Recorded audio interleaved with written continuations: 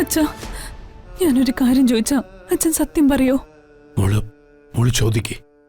അച്ഛനെ ജയിലിനകത്ത് വെച്ച് ആരെങ്കിലും ഉപദ്രവിച്ചതാണോ? സത്യം പറയച്ച.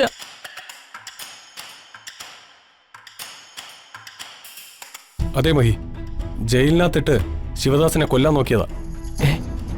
സത്യാണോ? എന്റെ ഒരു പരിചയക്കാരൻ ഒരു ജയിൽ വാർഡനുണ്ട്. അയാളാ ഈ കാര്യം എന്നോട് പറഞ്ഞത്. ഏയ്, ജയിലില് മോള് പേടിക്കുന്ന പോലൊന്നുമില്ല. അവിടെ എല്ലാവരും നല്ല സ്നേഹത്തോടെയാ കഴിയുന്നേ.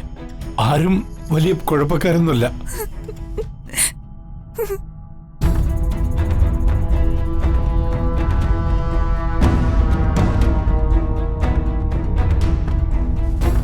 നമ്മൾ ഈ സിനിമയിൽ കാണുന്നതിനേക്കാൾ ഇരട്ടി ഭീകരതയാ ജയിലിനകത്ത്.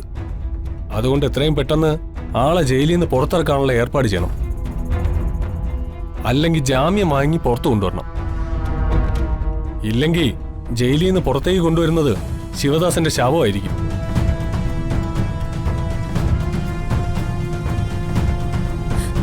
അച്ഛാ, അച്ഛൻ എന്തെങ്കിലും സംഭവിച്ചാ പിന്നെ ഞങ്ങള്. ഏയ് മോളെ, എനിക്കൊന്നും സംഭവിക്കില്ല മോളെ. നോക്ക്, മോള് സമാധാനായിട്ടിരിക്കെ.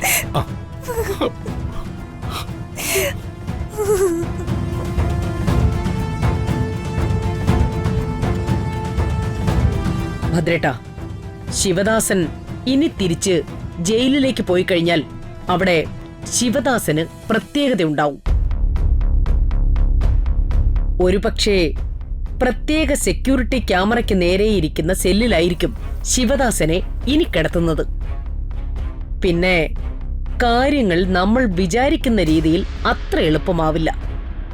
അറിയാൻ കുഞ്ഞോളെ, ശിവദാസനെ കുറിച്ച് കേട്ടറിഞ്ഞ പ്രോസിക്യൂഷൻ വക്കീല് ശിവദാസനോടൊരു സിമ്പതി തോന്നി തുടങ്ങിയാൽ ജാമ്യം എളുപ്പത്തിലാവും.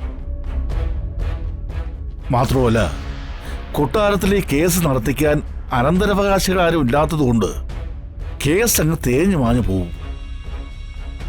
ഇതിലും ശക്തനായി ശിവദാസൻ രംഗത്തിറങ്ങും. പിന്നെ മണിമാല അടക്കമുള്ള എല്ലാ സ്വത്തുവകകളും ചിലപ്പോൾ സർക്കാർ ഖജനാവിലേക്ക് ചെന്നെത്തും. അതൊരിക്കലും ഉണ്ടാവാൻ പാടില്ല. ശിവദാസനെ ആശുപത്രി ഇട്ട് തന്നെ തീർക്കണം. ഭദ്രേട്ടാ, പുറത്തു നിന്ന് ആളിനെ ഇറക്കി നമ്മള് ശിവദാസനെ തീർക്കാൻ നോക്കിയാലും ആശുപത്രിക്കകത്ത് ഒരാളില്ലെങ്കിൽ സംഗതി കൈവിട്ടു പോകും. ഒന്നാമത് പോലീസ് സംരക്ഷണയിലുള്ള മുറിയിലാണ് ശിവദാസൻ കിടക്കുന്നത്. പോലീസ് ഒന്നും മാറിത്തരണമെങ്കിലും ആശുപത്രി ജീവനക്കാരുടെ അനുവാദം വേണം. കുഞ്ഞോട് പറയുന്നത് ശരി തന്നെയാ. പക്ഷേ അങ്ങനെ ഒരാള് ഞാൻ സിറ്റി സ്റ്റേഷൻ സർക്കിളിന്റെ നമ്പർ തരാം. ആളിപ്പോ കാലിനൊരു പൊട്ടൽ പറ്റി വീട്ടിൽ ലീവില. ഞാൻ വിളിച്ചു പറയാം. ആദ്യം ഭദ്രേട്ടൻ ആളിനെ പോയെന്ന് കാണും. ഹോസ്പിറ്റലിൽ കാര്യങ്ങൾ എങ്ങനെ ഡീൽ ചെയ്യണമെന്ന് ആള് പറഞ്ഞു തരും. കുഞ്ഞോളെ, ഈ കാക്കിയിട്ടവരെ വിശ്വസിക്കാവോ? എല്ലാവരുടെയും കാര്യം എനിക്കറിയില്ല, പക്ഷേ ഇയാളെ വിശ്വസിക്കാം.